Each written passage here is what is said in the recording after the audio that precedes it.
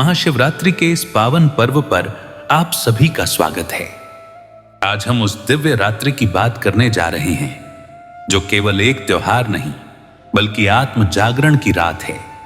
यह वह रात है जब मनुष्य अपने भीतर के अंधकार को पहचान सकता है और उसे शिव के प्रकाश से दूर कर सकता है। वर्ष 2026 की महाशिवरात्रि अत्यंत विशेष संयोग लेकर आ रही है। इस वर्ष फाल्गुन मास के कृष्ण पक्ष की चतुर्दशी तिथि 15 फरवरी, दिन रविवार की संध्या 5:06 से प्रारंभ होकर 16 फरवरी, दिन सोमवार की संध्या 5:34 तक रहेगी।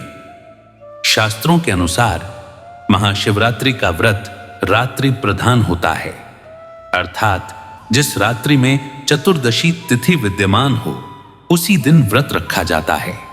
इसीलिए 15 फरवरी 2026 दिन रविवार को ही महाशिवरात्रि का व्रत रखा जाएगा। रात्रि में निशिता काल का विशेष महत्व है। वर्ष 2026 में निशिता काल रात्रि 12:09 से 1:01 तक रहेगा। यह समय वह क्षण है जब साधक का मन सबसे अधिक स्थिर हो सकता है। इस समय किया गया मंत्र जाप और ध्यान अत्यंत फलदायी माना गया है। 4 पहर की पूजा का विधान भी शास्त्रों में बताया गया है। पहला पहर संध्या 6:11 से 9:23 तक रहेगा। इस समय दूध से अभिषेक करना शुभ माना गया है। दूसरा पहर 9:23 से 12:35 तक रहेगा, जिसमें दही से अभिषेक किया जाता है। तीसरा पहर 12:35 से प्रातः 3:47 तक रहता है, जिसमें घी से अभिषेक का विधान है। चौथा पहर 3:47 से 6:59 तक रहता है, जिसमें शहद से अभिषेक करना श्रेष्ठ माना गया है। जो भक्त पूरी रात जागकर आराधना करते हैं उनके लिए यह चारों पहर विशेष महत्व रखते हैं।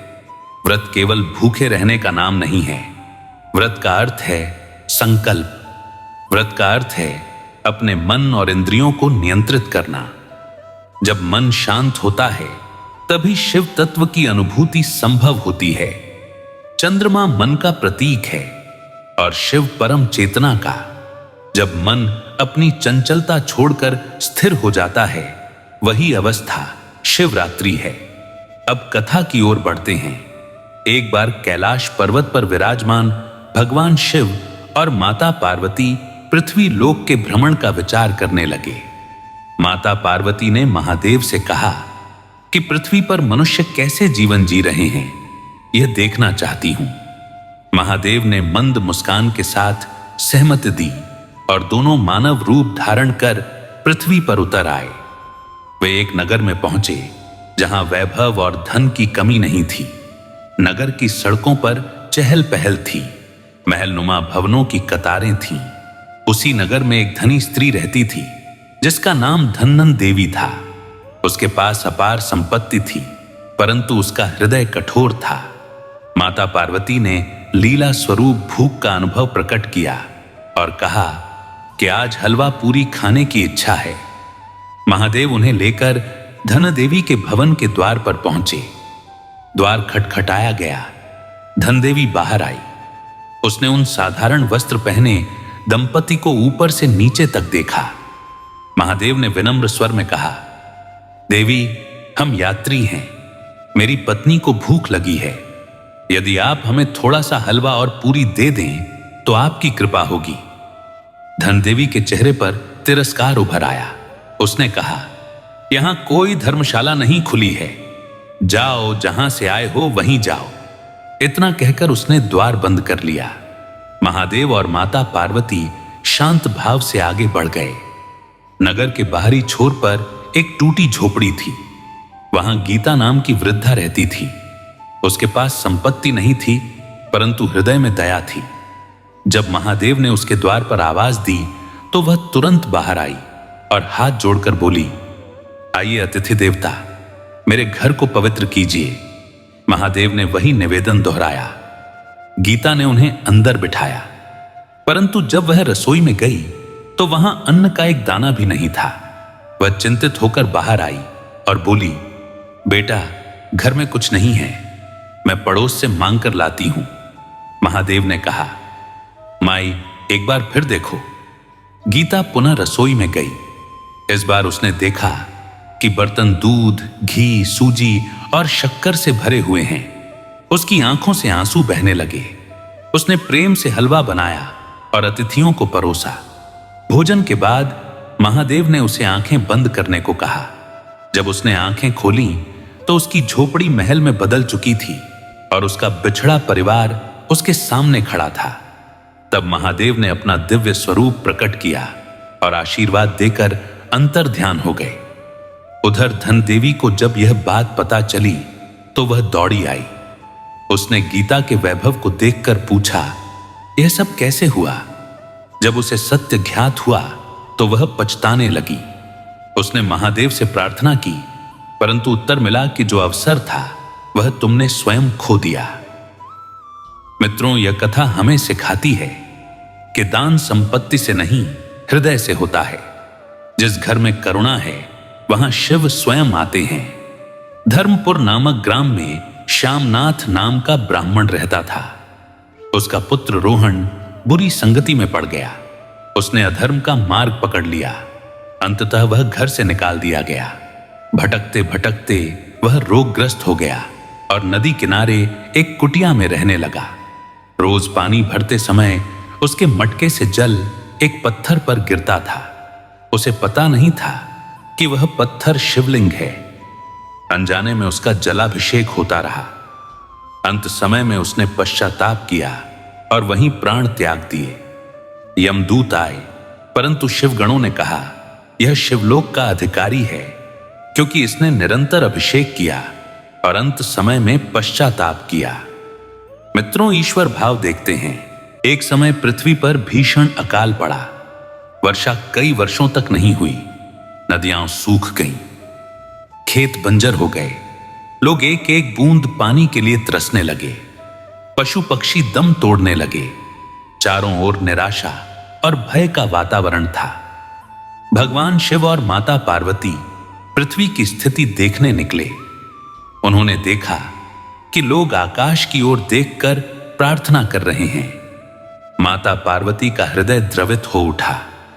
उन्होंने महादेव से कहा, स्वामी, ये सब आपके ही तो बच्चे हैं, क्या इन पर दया नहीं करनी चाहिए? महादेव ने शांत स्वर में कहा, देवी प्रकृति का अपना नियम है। कर्मों का फल अवश्य मिलता है, परंतु देखो, हर कोई निराश नहीं है। थोड़ा आगे बढ़ने पर उन्होंने देखा कि एक किसान सूखी फटी हुई धरती पर हल चला रहा है। धूप प्रचंड थी, मिट्टी पत्थर जैसी कठोर थी, फिर भी वह व्यक्ति पूरी शक्ति से हल चला रहा था। माता पार्वती ने आश्चर्य से कहा, यह कैसा मूर्ख है? जब वर्षा ही नहीं होगी तो यह परिश्रम किस लिए? दोनों साधु वेश में उसके पास पहुंचे। महादेव ने पूछा, भाई, जब खेत सूखा है और वर्षा का कोई संकेत नहीं, तब तुम क्यों मेहनत कर रहे हो?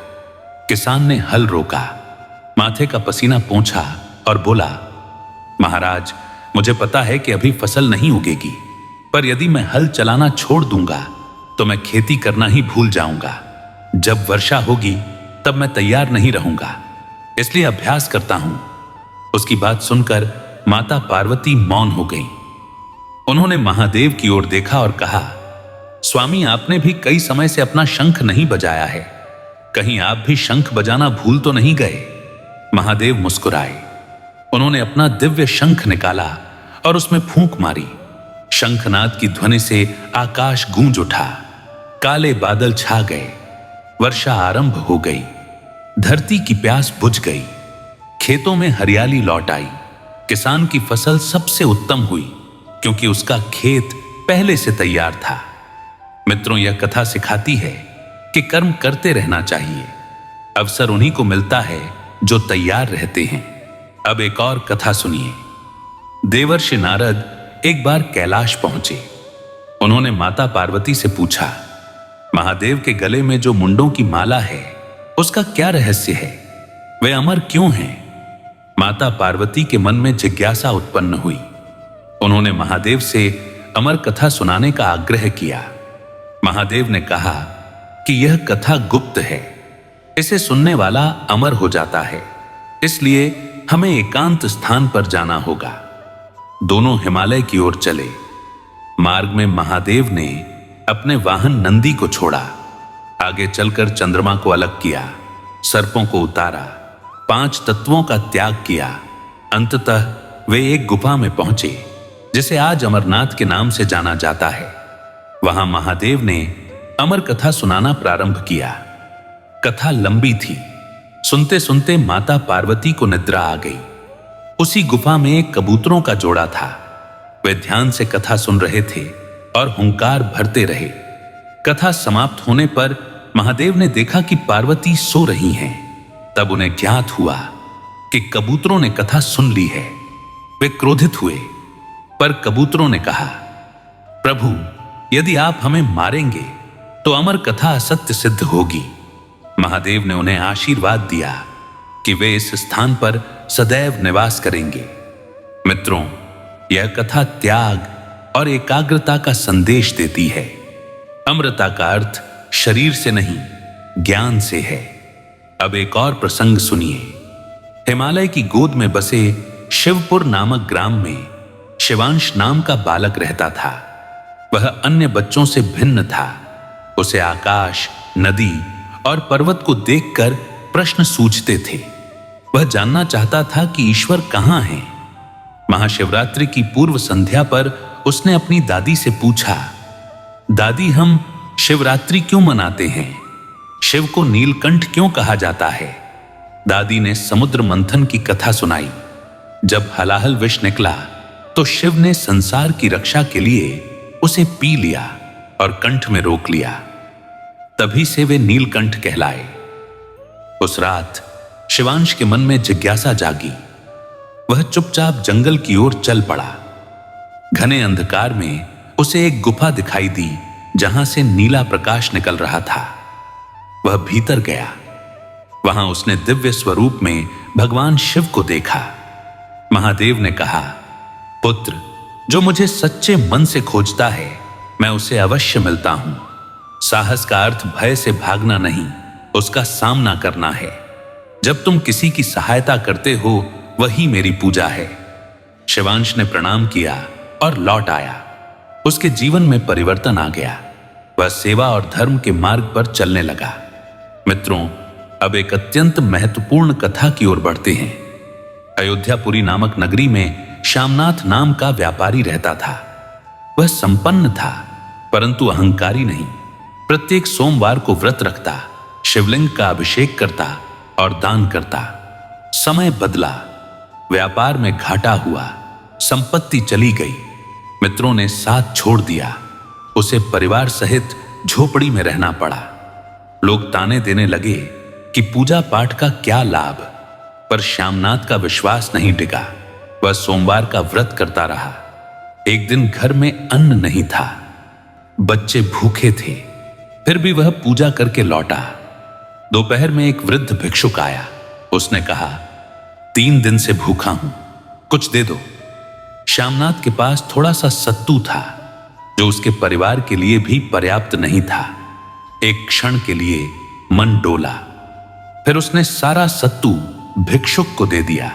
उसकी पत्नी ने भी सहमति दी। भिक्षुक ने भोजन किया और पूछा, क्या तुम्हें दुख नहीं हुआ? श्यामनाथ ने कहा, यह सब महादेव का है। यदि उन्होंने आपके रूप में ग्रहण किया तो मैं धन्य हूं। तभी वह भिक्षुक दिव्य प्रकाश में परिवर्तित हुआ। सामने भगवान शिव और माता पार्वती प्रकट हुए। उन्होंने कहा, वत्स, तुम्हारी परीक्षा थी, तुम सफल हुए। तुम्हारा वैभव लौटेगा और अंत में मोक्ष प्राप्त होगा। अगले ही दिन परिस्थितियां बदलने लगीं। संपत्ति लौटी, व्यापार चल पड़ा, पर श्यामनाथ का हृदय बदल चुका था। उसने शेष जीवन सेवा में लगाया। अब कथा के उस भाग की ओर बढ़ते हैं जहां से महाशिवरात्रि व्रत का वास्तविक अर्थ समझ में आता है। कथा तो हमने सुनी, दान की, धैर्य की, कर्म की, परीक्षा की। परंतु प्रश्न यह है कि हम अपने जीवन में इस व्रत को किस प्रकार अपनाएं कि उसका फल केवल परंपरा तक सीमित ना रहे, बल्कि जीवन बदलने वाला बन जाए। व्रत का अर्थ केवल भोजन त्याग देना नहीं है। व्रत का अर्थ है संकल्प। जब मनुष्य किसी एक दिन अपने मन, वाणी और इंद्रियों को नियंत्रित करने का संकल्प लेता है, वही सच्चा व्रत है। यदि कोई व्यक्ति दिन भर भूखा रहे परंतु मन में क्रोध, ईर्ष्या, द्वेष भरा हो, तो वह व्रत पूर्ण नहीं होता। और यदि कोई व्यक्ति सरल भोजन लेकर भी मन को संयमित रखे, तो उसका व्रत स्वीकार होता है। महाशिवरात्रि का व्रत विशेष इसलिए है क्योंकि यह मन की शुद्धि का व्रत है। चतुर्दशी की रात्रि को चंद्रमा क्षीण होता है। चंद्रमा मन का प्रतीक है। जब मन अपनी पूर्णता खो देता है और अहंकार शांत होता है, तभी शिव की ओर झुकाव होता है। इसीलिए यह रात्रि आत्मचिंतन की रात्रि है। व्रत की तैयारी एक दिन पहले से ही आरंभ कर देनी चाहिए। प्रातः ब्रह्म मुहूर्त में उठें, स्नान करें, स्वच्छ वस्त्र धारण करें, घर के पूजा स्थान को साफ करें।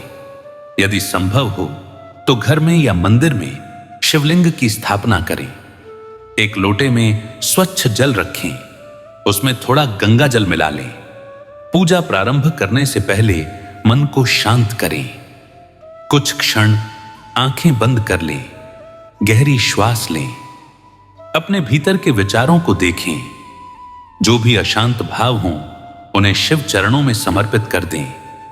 अभिषेक के समय जल धीरे धीरे शिवलिंग पर चढ़ाएं।